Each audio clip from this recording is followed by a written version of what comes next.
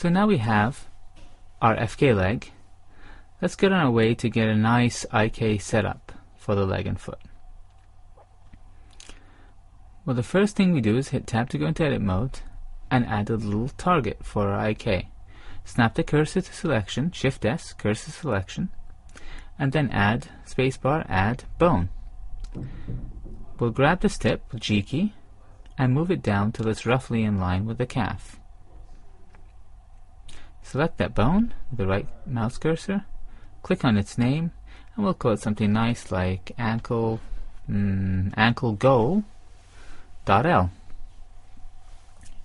And that's the IK goal that's at the ankle.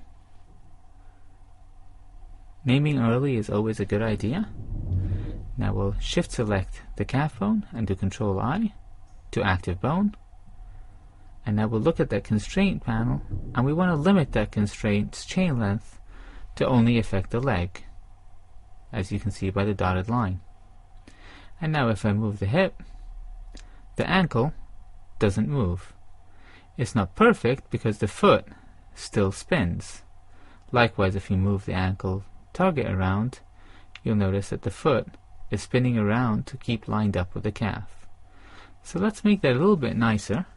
And also we'd rather that we pivoted at the hip and not at the ankle, because that way we could do those heel strikes that we talked about earlier much more easily.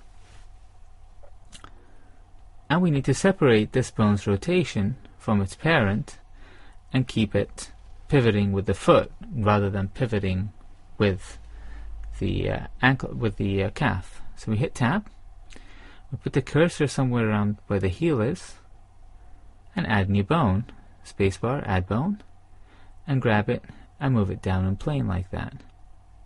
Now we can rename that bone foot.L, because that's what we're going to control everything with, and parent the ankle goal to that bone. Keep offset because we don't want it to move, and hit tab. Now it's not going to look great because we still don't have things pivoting. We don't have the foot not rotating yet.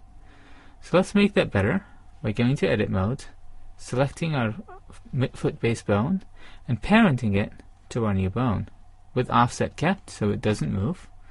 Now we start to get something looking a lot better once we start posing the foot. The setup still has problems, but the foot rotation is much more controllable now, and it stays in place when you move the torso around. So that's pretty good. There's still some problems. For instance, one of them is if we grab the foot further, the whole thing will stretch at the ankle, but it'll result in rather ugly stretching and not the kind of even stretch that we'd like to have. So let's clear that and let's fix that in the next step. Save our work so that we don't lose anything and continue.